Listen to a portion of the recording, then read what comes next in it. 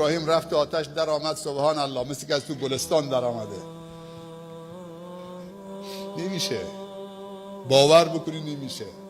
کارشون سوزاندنه ولی نمیتونه بسوزونه. رو ایمانمون کار بکنیم، رو عقیدمون توحیدمون کار بکنیم، رو رابطمون با خدا کار بکنیم، خدمت به خلق خدا بکنیم، تواضع داشته باشیم. الذین ان مکناهم فی الارض اقاموا الصلاة. برمیگردیم به این آیه که امشب در صددش بودیم. وقتی اونها رو در روی زمین متمکن کردیم، قوی کردیم در زمینه‌های مختلف، بلا فاصله تواضع به خرج میدن. گفتیم یک نماز کامل نشانه 3 تا تواضعه. اول قیام الله اکبر، بعد خم میشه، تواضع دوم کامل تره، دستش کف دستش میذاره، این پنجه زانوشو میگیره، این دستاش باید راست باشه، در رکوع نباید این دستا خم باشه، اینجا آرنج نباید خم بشه، اینطوری نباید رکوع بکنی، این با کف این دست قرص زانوتو بگیرید صاف، کمرت کشیده بشه که اگه این لیوان آب رو کمرت بذارن در اثناء رکوع سر نخوره بیفته. این رکوع کامله. رکوع بی‌حوصلگی نه. وقتی رفتی در رکوع میگی سبحان ربی العظیم و بحمد سبحان الله، اونجا دیگه خودت کوچک میشی.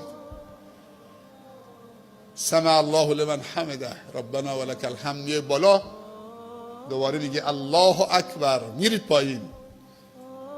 وقتی دیگه پیشانی به خاک مالیدید، به سجدگاه، اینجا پیامبر میگه دیگه حجاب میفته بین عبد و رب. پیامبر صلی الله علیه و سلم میفرمایند نزدیکترین موضعی که بندی نمیتونه از اون نزدیکتر به رب العالمین باشه موضع سجده است. تواضع کامل. حالا وقتی رفتی به پایین و خودتو انداختید به زمین، مناسب اونجا چه تسبیحی است؟ رکوع مال عظمته،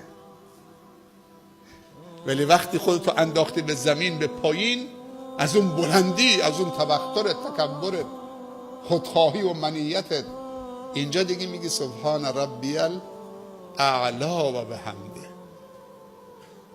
من کوچکم افتادم رو زمین به خاطر اون بزرگی خیلی والا و برتره. خدا این تواضع رو نصیب